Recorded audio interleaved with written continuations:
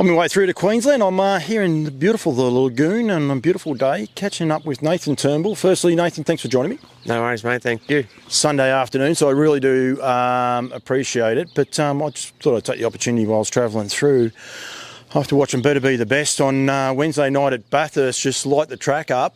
Just to probably have a few words, I suppose, about him. Firstly, he was awesome the other night. He's really in the zone at the moment. Yeah, Dad looked after him while we went over to the States, and he got through. Amanda drove him, got him in his heat of the breeders, and then I just give him sort of a top-up run on the way through, and he touched up some seasoned horses and that, which is always tricky as a 3-year-old. So I was a little bit nervous going into the race. He's $1.10 and he drew one inside the back row against, old seasoned horses. But he's really in the zone at the moment, like I said, and couldn't have been happy with where he's at leading into the semis next week. He is actually a great story, this horse, but one of the things I was blown away by just then, his PB's 52.3. Yeah. And you go 52.4 the other night, and he just seemed to be coasting. Like, he is getting better and better all the time, which is scary to say. Yeah, he really is getting better all the time, and he's won his last 5 now, and he hasn't had his earplugs pulled in any of them. He really is getting better and better. So, sky's the limit, and we've always wrapped him in cotton wool and really looked after him. That's sort of why we dodged the Eureka this year and stuff like that, and because he's got such a hectic 4-year-old campaign with the Chariots and then the Eureka. So we've really looked after him this year, and hopefully, he continues to get better and better. How much was he? Was he $11,000 at the Bathurst sale? 17.5 he was. Yeah, Chris gave me a limit of 15 and I went to 17.5, but that's all in the past now because he's got the champ, so it's been a great ride. He's a great little story. He's by Shuby Palace, and their names just escaped me. The people, but they sell all the Carmodies. They sell all their draft gets sold at the Bathurst sale. They come every year. So I mean, it's just a good little story about the whole Bathurst community for a start. And then he's a jet. Yeah, that's right. They always had their horse there looking $1 million, and honestly, if he was, he's got Bettor's Light on the mother's side, but if he was a Bettor's himself, he would have been 70 or 80,000 just on looks. He was a beautiful looking horse, and it was probably only that he was a Shuby's place that I did get him for 17.5. But at the end of the day, he doesn't know who his mum and dad is, and he's a freak of nature. He is, and he's still a colt, and he's a beautiful looking colt. He always has. I was lucky enough to be there Derby night, New South Wales Derby night, when he won, and he came back after that race, and it was all sort of like he knew he was good, and that, but he didn't look like he was, does it hard in any of his races. Does he handle the racing well?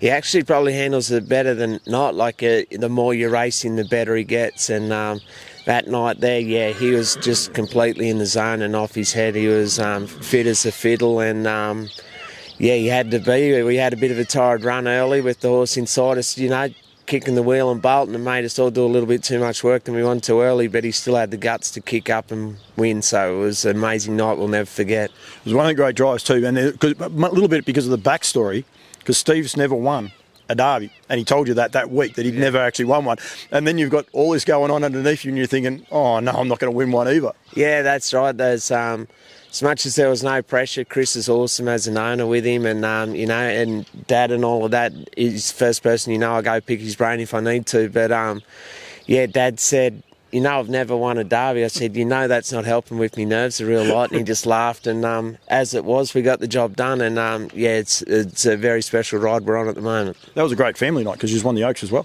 Yeah, it was super, and they all come out on the track and got the photo when I won, and Mum went into the owner's room with the owners and my wife and Carly, and there was a great night we'll all never forget, that's for sure. It's what the industry's about and what we don't sell enough. And I mean, you guys down here, a bit of I love coming here. The first time I came here, I was like, wow. But after that, I think it's great, and it is a full-on family thing. And that's what the harness racing industry is. And it's got to be fun and enjoy horses like this bloke. Yeah, that's right. Even if he is going to bite us. Yeah, that's it. It's feed time, so he's saying, stop talking crap and feed me, will you? But, he's... it really is. And I only had an owner come out this morning, and have a look around, and I showed him, where all the family is, how we're all within a stone's throw of each other, and he couldn't believe it. So many horses get trained on that small track every day, and how we all get on so good, really. He said most families fight like cat and dog, but you see each other every day and work with each other and then go out and try and beat each other to top it off. So, but we're super lucky that we all get on good, and it's always good if you have an issue with a horse. Even people say that, said more pressure being a Turnbull, but it's complete opposite. We're lucky to have each other and we can bounce off each other if we've got a question about a horse or having troubles with one of them. You just go and ask them what they're doing with theirs, so it's good.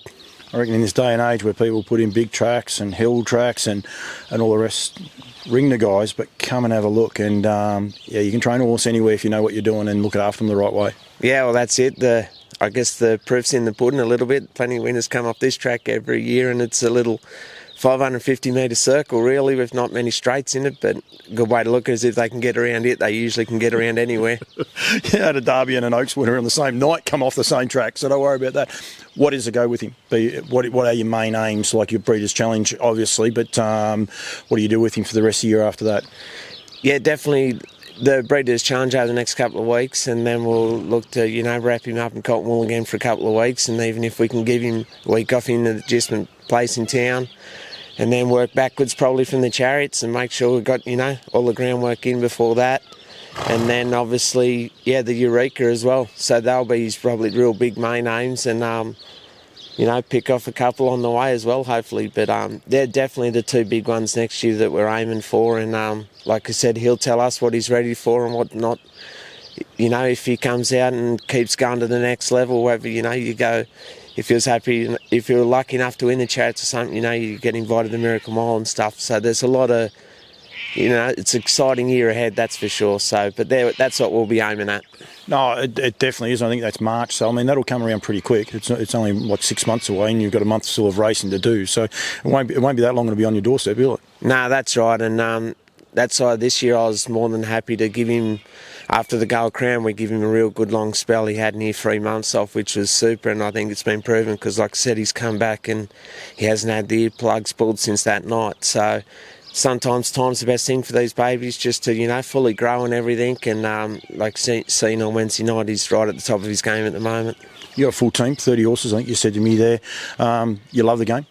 Yeah, we do plenty of travelling, which can get on top of you sometimes, and it's, like I said, I don't know how Dad done it for as many years as he did, but even he says now that's why I don't, like he's happy just to send Mitch or Amanda, and he's got the farm now, he pokes along over the farm all the time, but there's plenty of K's involved, but we live and breathe it and love it, so now we've got Jet starting off, we're doing everything to try and, boost his career, so we're still, even last week we got home, we flew in Tuesday morning. He drove Wednesday night, and then I drove him up to Tamworth Thursday, and then he was out to Dubbo Friday, so no rest for the wicked. No, absolutely, but you do it for your kids. We all, plenty of people out there would do the same thing, and he is going great, and I'm going to have a chat with him in a sec. He actually doesn't know that one. Just quickly, don't want to annoy him too much longer, but America, you were over there for the Little Brown Jug. Firstly, is it as good as they say? Like this year especially, it just looked like a brilliant race to the final day. Yeah, 100%. It's...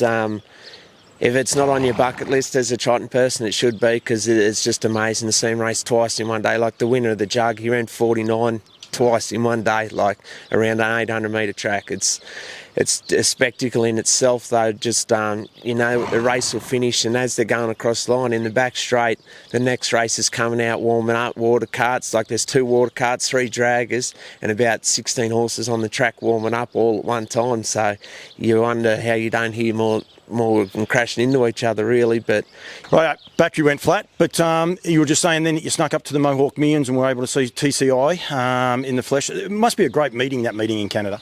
Yeah, it's amazing. It's a shame I don't have my phone and show you some footage. Like the lights around the track, even the LED lights, and they do light show before the race and everything, can pump the crowd up as the Americans and old Canadians do, bigger and better everything, can try and keep the crowd involved. But it was amazing to be up there and see what that horse did and gallop away and still caught him and won. And then we snuck down to Lexington, and it was a great time down there catching up with all the boys. And like you said, that Luke met us over there and stuff like that. And got on the drink with the boys a couple of nights, and it was great. Had a bit of fun. Great racing at Lexington. I mean, it is pure speed. Unfortunately, they didn't break a world record there this year. There was some talk that Confederate was going to, but they didn't. But it must be an amazing track to watch. You sort of watch 3 different tracks, because the Jugs, well, it's not the Lagoon, but it's a bit similar to the Lagoon. Till you go to this massive, Lexington, almost like the Menangle here. Yeah, 100%. It's just a speed racing, as you said, and Yeah, it was a different ball game altogether, but it was really unreal to see. We went down and Brittany Graham and that were over there at the same time, and we met up with them, and she's good friends with Nancy Tactor, and Jet went down a couple of jog trips for Nancy, so he loved doing that and being out on the big track and that. It was an awesome experience. Yeah, it looks it, and they look so hospitable to all the Aussies, because I think Brittany put one on her Instagram as well that she was driving one of the horses down there as well. So I think it's great and it's terrific. You enjoy American racing? Yeah, I really do. Like I said, I follow it a lot more now that the boys are over there, especially Andy and Todd and that, and Dexter, and you look up and see, or watch the replays, or especially when the big meets on the telly that we can watch. And yeah, they were unreal to us when we got over there, and even Yannick gave Jet a suit and stuff like that, and they were, like you said, really looked after us, and they honestly sit there and listen to your stories as much as you sit there and idolise them and listen to theirs. So it was a really cool experience, and yeah, it's crazy how they do it, racing twice in a day and stuff. Like, they drove all day at Lexington. Probably had 10 drives each, and they all jumped in cars and stuff. And, even the pub the night before, they said, how are you getting up there? Who are you going with? And stuff. And they go about 2 hours up the road to Dayton and drove in 4 $250,000 races that night, and then back down to Lexington and race the next day. So it'd be tough on them, but yeah, it's a pretty cool lifestyle just the same. Absolutely. No, thank you. It's a Sunday. Really appreciate you giving me a bit of time. Well done for your ride so far, mate, and mate, hopefully it keeps continuing for a long time to come. You're doing a great job with him, and encourage a lot of people, if you haven't been able to see be the best. What? I keep getting his name mixed up all the time. I was going to call him Be the Best, but it's not quite that. It's Be Better. No. Better be the best. That's better. Yep. I can butcher it, something terrible. But he's a great story, and thank you very much. As I said to the whole family, if Dad's watching this too, I reckon you've done a great job raising all you guys, because you're so hospitable and so open. So I really appreciate it, mate, and thank you very much. Yeah, all good. Thank you. Better say well done to Mum too, otherwise I'll be in trouble. I won't be welcome back on the place. Broodmare of the Year. Thanks, mate.